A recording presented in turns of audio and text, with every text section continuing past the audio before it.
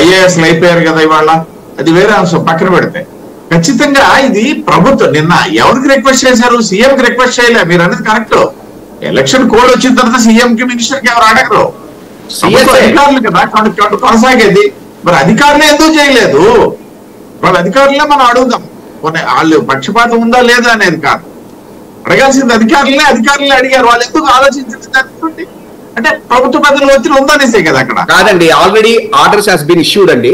కొన్ని చోట్ల ఇంప్లిమెంట్ చేయకపోవడం తప్పు. తిరుపతిరావు గారు చెప్పిందన్నా, మన చౌదరి గారు చెప్పినా, ఎక్కడైనా కనుక ఇప్పుడు సిఎస్ వీళ్ళు ఆల్రెడీ చెప్పింది టెంట్లు వేయండి, వాటర్ పెట్టండి అని చెప్పింది ఉన్నది.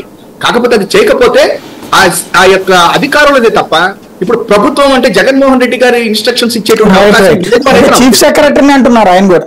అదే ఇందాక ఆయన కంక్లూడ్ చేయండి తిరుపతిరావు గారు.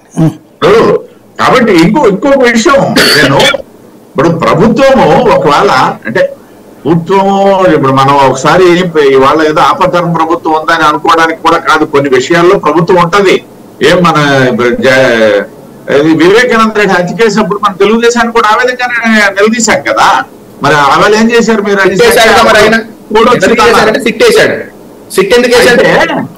అదే ఒక్క నిమిషం.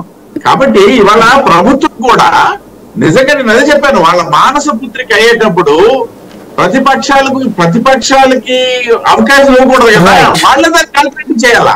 ఖచ్చితంగా ఉన్నాయి వ్యవస్థలు. మీరు చెప్పుకున్నటువంటి సరే 1,00,000 ఇచ్చారా, 1,37,000 ఇచ్చారా?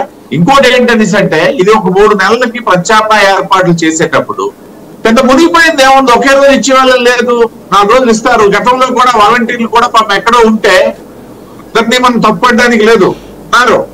ఇదివరకు ఇంటి దగ్గరకు వచ్చి ఇచ్చేటప్పుడు వాళ్ళు ఎవరు పెద్ద ప్రాబ్లం లేదండి. రోడ్డు మీదకి వచ్చినప్పుడు రోజు ఎంత మందికి ఇవ్వగలుగుతారని చెప్పలేం కదా. ఎవరు ఫస్ట్ ఎవరు సెకండ్ అని చెప్పలేదు కదా.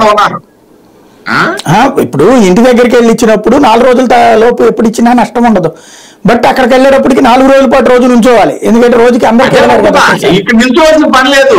ప్రభుత్వం ఏర్పాటు చేస్తే 10 రోజులు పట్టినేవాడిని. ఇప్పుడు ఎలా తెలుస్తుంది సార్? ఇప్పుడు వాలంటీర్ చాలా క్యాజువల్ గా వృత్తికి ఎట్లా చెప్తారు? ఈ టైంకి రాని ఎవరు చెబుతారు?